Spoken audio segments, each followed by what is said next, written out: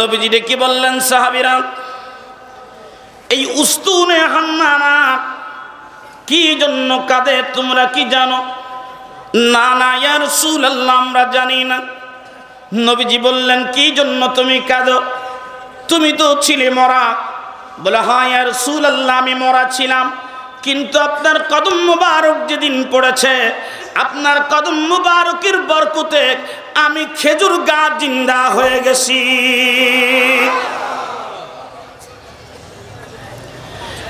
ইয়া রাসূলুল্লাহ, মায়ের নবী গো, আমার কান্না আমি থামাবো না ইয়া রাসূলুল্লাহ, যতক্ষণ পর্যন্ত না একটা ওয়াদা আপনি আমার সাথে করবেন গো নবী। উস্তুনে হান্নানা বল, কি চাস ইয়া রাসূলুল্লাহ? কোটি কোটি কোটি কোটি উম্মতের সামনে ওই ময়দানে মাহশারে আপনি কথা বলবেন গো নবী। কার উপরে দাঁড়াইয়া কথা বলবেন আমি জানি না। যদি ওয়াদা করেন, সেদিন আমি উস্তুনে হান্নানার উপরে দাঁড়াইয়া আপনি সেদিন বক্তৃতা করবেন, কথা বলবেন, নসিহত করবেন, তাহলেই আমার কান্না থামবে। বন্ধু, একটা মরা খেজুর গাছ নবীর সোহবতে থাকার কারণে, ভালোবাসার কারণে যদি কিয়ামতের ময়দান, হাসরের ময়দান পর্যন্ত যেতে পারে, বলো হে যশোরের মুসলমানেরা, ওই নবীকে ভালোবাসলে জান্নাতে যাওয়া যাবে কি যাবে না? আল্লাহু আকবার ওয়া লিল্লাহিল হামদু বিসমিল্লাহির রাহমানির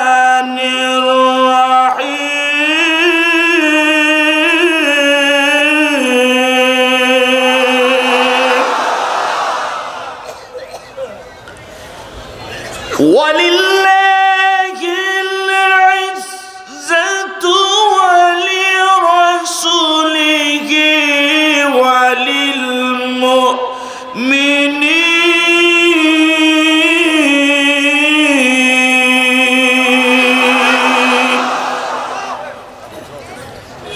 মারহাবা করুন। আল্লাহ দেখি বলেন, ইজ্জত আমি আল্লাহ, ইজ্জত আমার রাসূলের, ইজ্জত হলো মুমিনের। খুশি না বেজার? ইজ্জত আমি আল্লাহর, ইজ্জত আমার নবীর, ইজ্জত মুমিনের। কিন্তু বাবা আফসোস হলো, ওয়ালাকিন্নাল মুনাফিকিনা লা ইয়ালামুন, এই জগতের যারা মুনাফিক আছে রে, এরা টুপি পাগড়ি জুব্বা সবই দিবে, কিন্তু তারা নবীর ইজ্জত সহ্য করতে পারে না।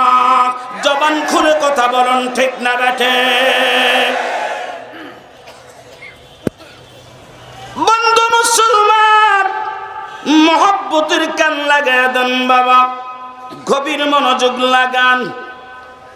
ওই মদিনাতুন নবী রাহমাতুল লিল আলামিনের সংস্পর্শ পাওয়ার কারণে একটা মরা কাটা খেজুর গাছ জিন্দা হয়ে যায়, তার জবান ফিরে আসে। জোরে বলে। কিন্তু রাহমাতুল লিল আলামিনের পিছনে বৎসর পর বৎসর নামাজ পড়ার পরেও তার ঈমান ফিরে নাই।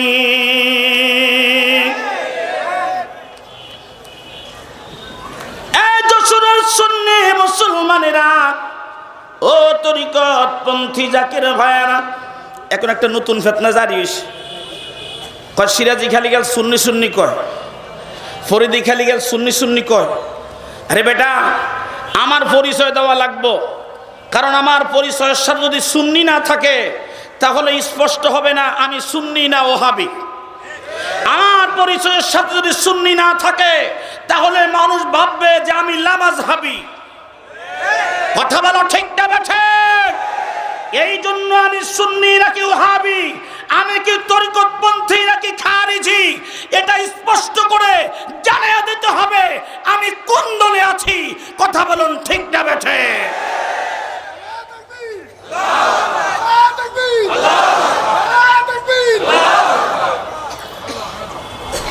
রাইসুল মুনাফিক আব্দুল্লাহ ইবনে উবাই বৎসরের পর বৎসর নামাজ পড়ার পরে, নসিহত শোনার পরে একবার শুধু বলেছেন, ইয়া রাসূলুল্লাহ, ইয়া মুহাম্মদ, ইয়া রাসূলুল্লাহ, মা ইনসাফতা, মুহাম্মদ আপনি ইনসাফ করেন নাই। একবার শুধু বলেছে, সাথে সাথে সাথে সাথে মুনাফিকের আয়াত নাজিল হয়ে গেছে। একবার জবান খুলে বলা যাবে কি, ইয়া রাসূলুল্লাহ, হে রাসূল তোমায় ভালোবাসি, অন্তর শুধুই মুখে না, জান্নাতের আশায় নয় হে রাসূল, জাহান্নাম কেউ ডরি না।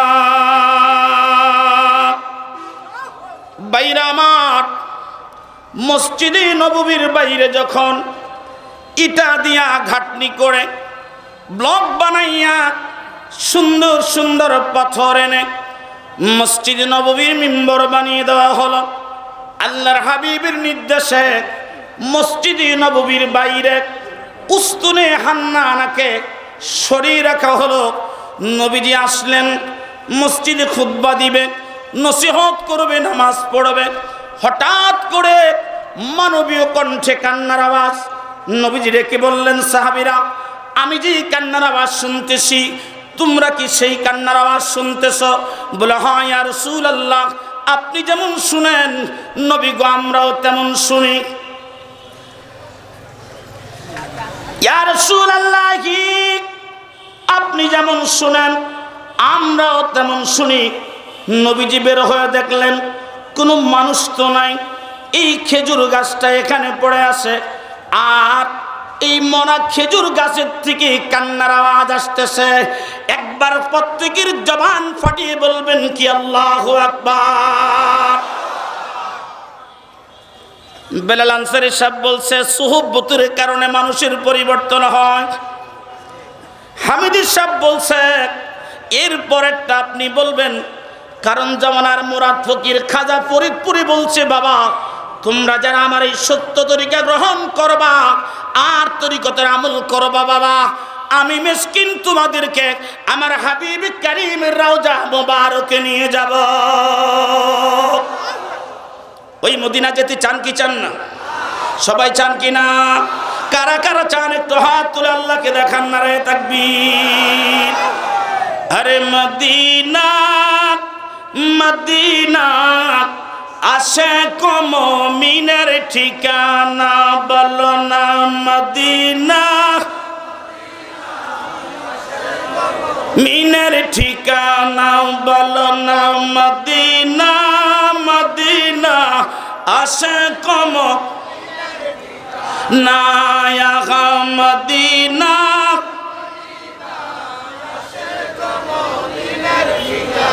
দিদার চেয়ে কাঁদো তোমরা, দিদার চেয়ে কাঁদো তোমরা, হও না নবীর দেওয়ানা, মদিনা আশিক মুমিনের ঠিকানা, বলো না মদিনা।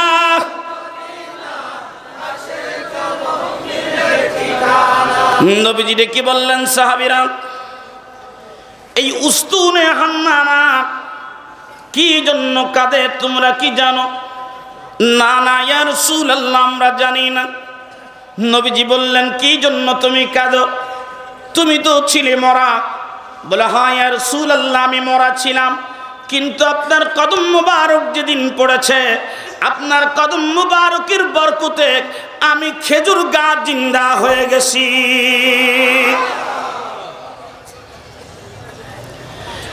ইয়া রাসূলুল্লাহ,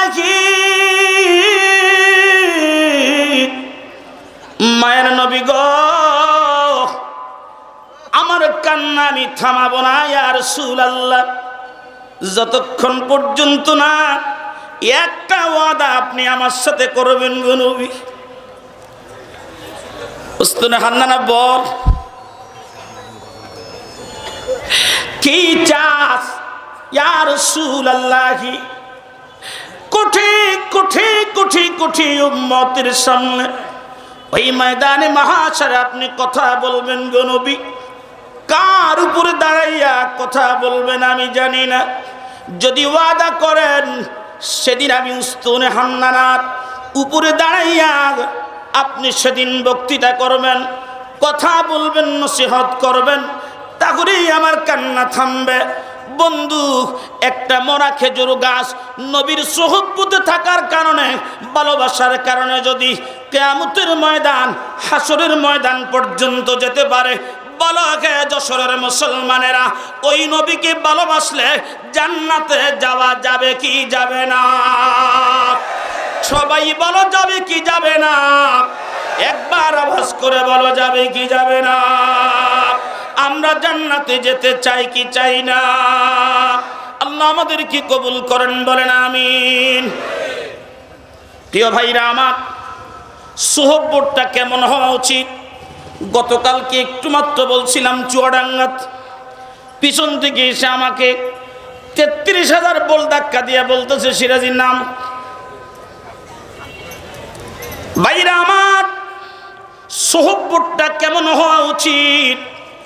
আপনাকে বৃষ্টিতে ভিজাবে, মাঘ মাস আসতেছে, মাঘ মাসও মাঝে মধ্যে বাংলাদেশের বাঘ খাতা গায়ে দেয়। আর চৈত্র মাসে যখন ৩৭-৩৭ ডিগ্রি তাপমাত্রা হয়, তখন দেখবেন আমাদের বাঘগুলি পানিতে নেমে যায়। আর সৌদি আরবের নর্মাল তাপমাত্রা হলো ৩৮। সুবহানাল্লাহ বলবেন। নর্মাল কত? শেষ রাত্রে থাকে ৩০। রাত্রে যখন ৩টা রহমতের বাতাস আমাদের দেশে, তখন সৌদি আরবের তাপমাত্রা ৩০। লাস্ট নাইট ভাইরা আমার, মহব্বতের কান লাগান। হুজুর কেবলা জানকে রোদ্রে ভিজাইলেন, বৃষ্টিতে রোদ্রে শুকাইলেন, বৃষ্টিতে ভিজাইলেন। ভাইরা আমার, মাঘ মাসের রাতে দাদা হুজুর কেবলা জান হুকুম দিলেন, বাবা এই দিঘির থেকে কচুরি ফেনাগুলি উঠাইতে হবে। ওই পুকুরটা আমি সেদিন গেছিলাম, পুকুরটা এখনো আছে, কিন্তু আমার হুজুর কেবলা জান শরীয়তে নাই। হুজুর কেবলা জান সমস্ত জাকির ভাইদেরকে নিয়ে পুকুর পাড়ে গেলেন। সবার শরীরের মধ্যেই গরম জামা, চাদর, আর সবাই পানি দেখে দেখে ঠান্ডার জন্য চলে আস। একজন মুরিদ জামানার মোরাদ ফকির আমার কেবলা জান হুজুর চিন্তা করলেন, আমার পীর আমাকে পাঠাইছে, যতক্ষণ পুকুরে কচুরি ফেনা থাকবে ততক্ষণ পর্যন্ত আমি মিসকিন পীরের দরবারে ফেরত যাব না। এর নাম হলো সোহবত।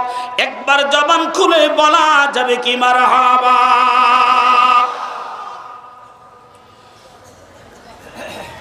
বাইরে আমার, এবার হুজুর কেবলা জান এক এক করে কচুরি ফেনাগুলি তুলতে শুরু করলেন। মাঘ মাসের রাত, যমুনা নদীর ওই পাড়ে গেলে একরকম ঠান্ডা, এই পাড়ে আরেক রকম ঠান্ডা। প্রচন্ড ঠান্ডার মধ্যে যখন তিনি কচুরি ফেনা একাই উঠাইতেছেন, হাত পাগুলি অবশ হয়ে গেল, ঠান্ডা হয়ে গেল। খাজা এনায়েতপুরের অন্তরের মধ্যে টাঙ্কল ঘন্টা বেজে গেল।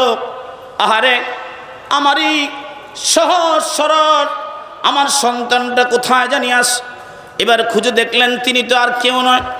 ওই খুঁজতে খুঁজতে খুঁজতে খুঁজতে গিয়ে দেখে কচুরি ফেনা উঠাইতে উঠাইতে জীবন চলে যা, কিন্তু আপন মুর্শিদের হুকুম বাদ দেয় না, হুকুম বাদ দেয় না। আপন মুর্শিদের কদম ছাড়ে না, আপন মুর্শিদের হুকুম ছাড়ে না।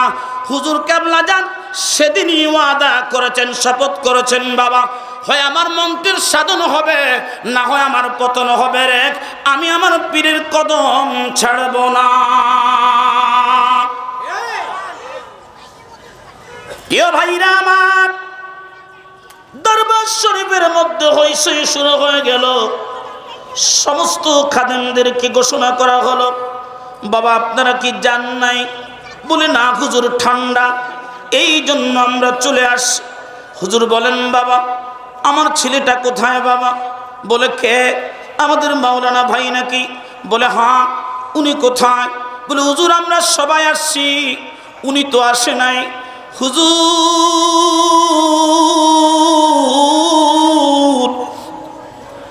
আমরা যখন সেখান থেকে আসতেছিলাম, আমরা দেখছিলাম মাওলানা ভাই একটা দুটা করে করে কসুরি পানা উঠাইতেছে। খাজা এনায়েতপুরে একটা ডাক দিয়ে কই, বাবা